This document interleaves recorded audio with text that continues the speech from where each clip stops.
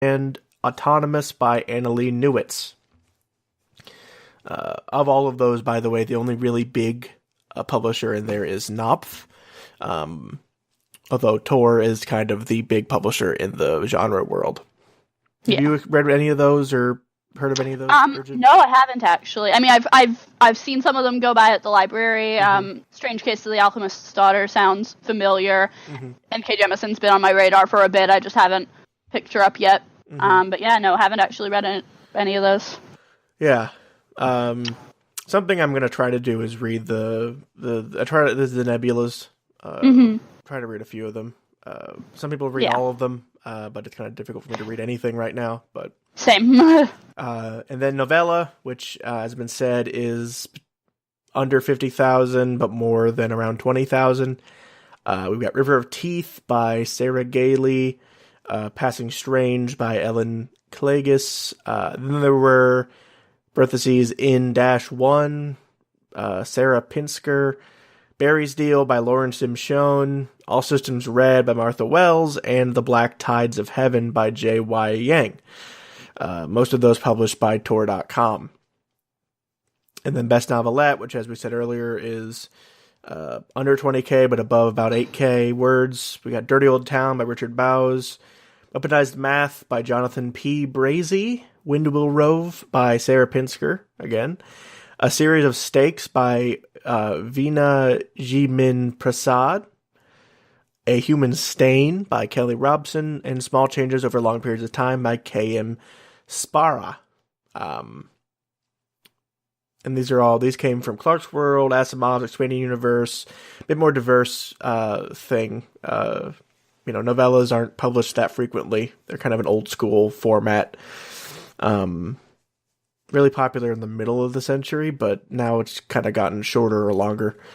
And then short stories, we've got Fandom for Robots by Veena Jimin Prasad, Welcome to Your Authentic Indian Experience, TM by Rebecca Roanhorse. It's a great titles. Yeah. Utopia LOL by Jamie Walls, Clearly Lettered in a Mostly Steady Hand by Fran Wild, The Last Novelist or A Dead Lizard in the Yard by Matthew Kressel, and Carnival 9 by Carolyn M. Joachim. Joachim. I don't know. Anyway. Probably. One of those. Yeah, the short stories, just the titles are all killer. Those are so good. Yeah. They really, that's what short stories are fun, because you have to get a title like that. And then the Ray Bradbury Award for Outstanding Dramatic Presentation is awarded to either movies or episodes of TV. In this case, a bunch of movies and one episode of TV. All of which, by the way, all of these are movies you should see because they're good, as well as this show. So Get Out. Jordan Peele would be the one who would be getting this award. That is a amazing movie. Have you seen that, Bridget? I have not yet. I really want to, but I'm just not a horror movie person, so I keep worrying that it'll be too scary for me, but I don't know. It's terrifying, but only in an existential way. Sure. It's a thriller for sure. Okay. But you're more scared sort of for somebody because of the expectations that Peele's playing with. Mm-hmm. And it draws on the Black experience for those fears. Sure. And sort of understanding what he might be scared of in this and how it's rooted. That's where it's scary. Okay. But it's not jump scare or anything. It's just a really good thing. That sounds manageable for me. Yeah. The Good Place, episode Michael's Gambit, written by Michael Schur. The Good Place is an amazing show. I need to watch that. It's in that same family, written by Schur, along with Brooklyn Nine-Nine and Parks and Rec and The Office. I love all of those so much. I think it might be my favorite purely because it is so weird and so high concept with its ideas. Yeah. If you don't know, it's a metaphysical story about heaven and hell. Yeah, what I've noted from what I've heard about that show, I would not have ever thought is that another Michael Schur show? No, would not have occurred to me at all, because they mostly do all Office and Parks and Rec and Brooklyn Nine-Nine are obviously all workplace sitcoms, like not very high concept at all. Yeah. So that's going to be interesting. I definitely need to check that out. And then Logan, written by Scott Frank, James Mangold, Michael Green. Another great movie. Seen that either. I suck, Dan. I suck at reading and seeing movies and writing.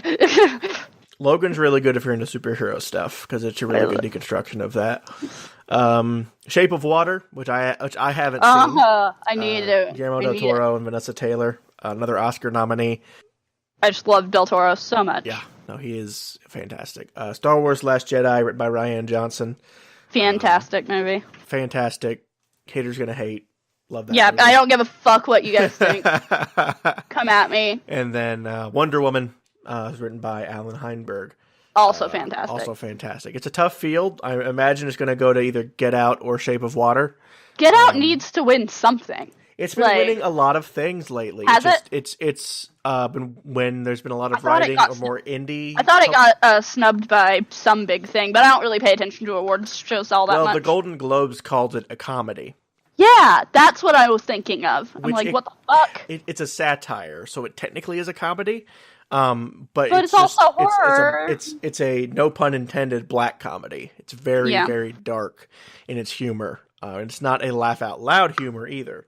There are funny parts in it because the way I could spend a whole episode talking about how good Jordan Peele's writing is in Get Out. Right. I mean, and he's just hilarious always. But he's able to use humor in a horror story as a tension relief, not as it's not kind of a weird quippy thing like in a Joss Whedon production, like the way Buffy uses it.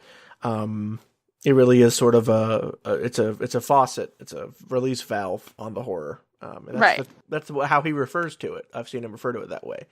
I think it's honestly essential viewing for anyone who is at all interested in horror, or really any really dramatic piece, but especially horror. And then finally, the Andre Norton Award for YA Sci-Fi or Fantasy. We've got EXO by Fonda Lee, Weave a Circle Round by Carrie Marin, The Art of Starving by Sam J. Miller, and Want by Cindy Pon. Surprisingly, I have not actually heard of any of these, which normally YA is pretty on my radar, so...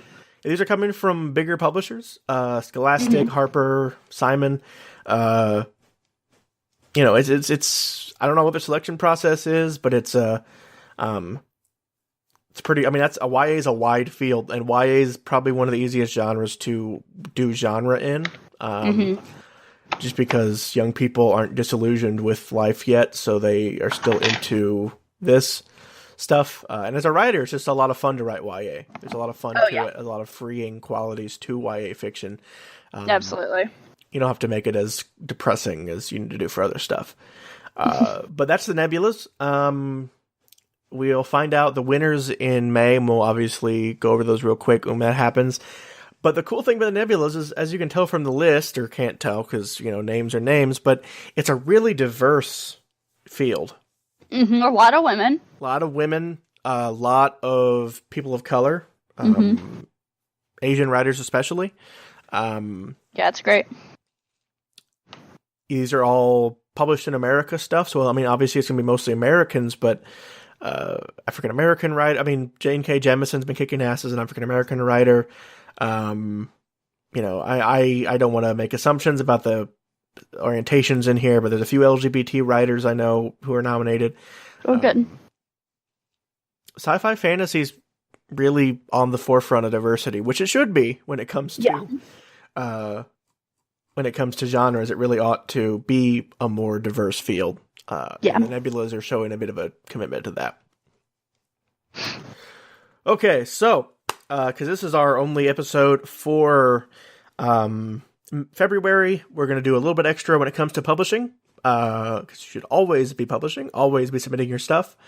And these are things that are going to be coming up. We've got some journals, we've got some flash fiction, some poetry, and then we've also got some stuff coming out of our alma mater at IU and Bloomington as a whole to talk about that's happening because, we graduated from there, so we're always kind of plugged into that. And anyone in the Midwest who's within driving distance of Bloomington, which I know a lot of people are. These are definitely things to look into.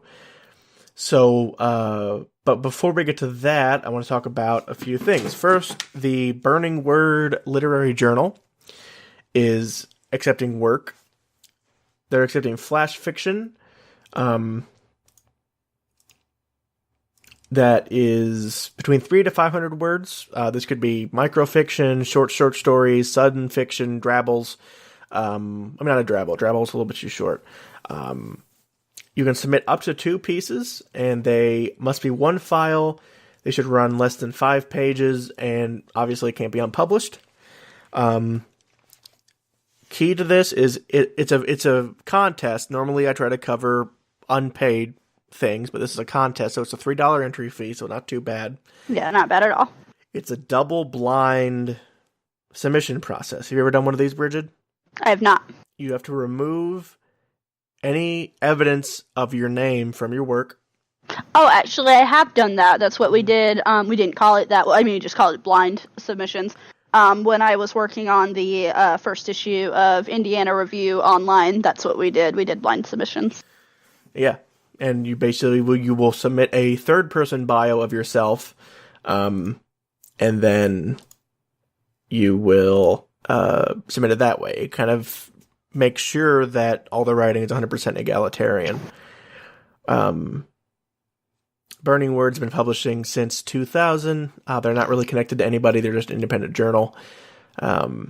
So, obviously, even if you don't necessarily think you'll get published, if you want to try, it's also a great way these are great ways to support independent journals too. With these contests, there's a higher chance you'll get published because the fee automatically culls off probably at least 50% of people. So the next submission, this will be due for March 1st. It's from NILVX, a book of magic. They're a quarterly anthology of magic, mysticism, and the occult, bringing together works of writers and artists from around the world to amplify magical themes and symbols through ritual, poetry, short fiction, nonfiction, and art. Yes, you can, in some cases, submit rituals to this journal. Interesting. The upcoming submission is for their theme this month for summer 2018 is they're doing a series based on tarot cards. This is the second in that series. It can be fiction, nonfiction, or poetry.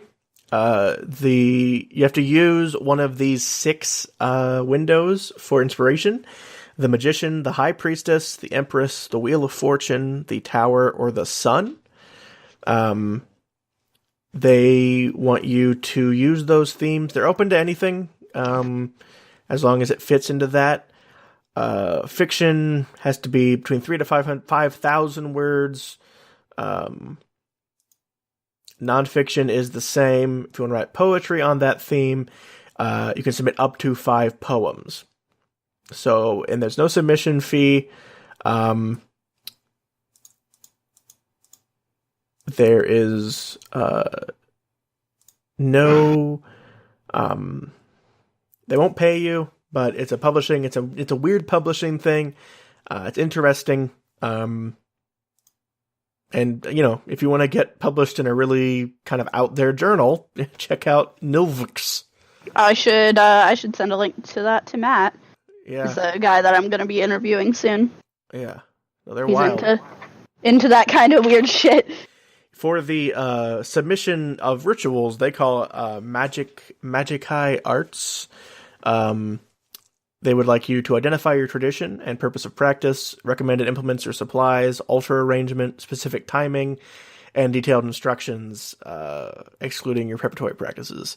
So if you are a practicing magic user, keep an eye out for when they're open for submissions of rituals. And who knows, if you submit a poem, maybe you'll get paired with a ritual, and then you'll have that kind of fun thing to try out. That could be cool. The next one is from Minor Literature, another independent journal. They're accepting fiction until March 3rd, so you've got about a week, a little under a week. They would like writing that challenges, provokes, enthralls, and fascinates us and our readers.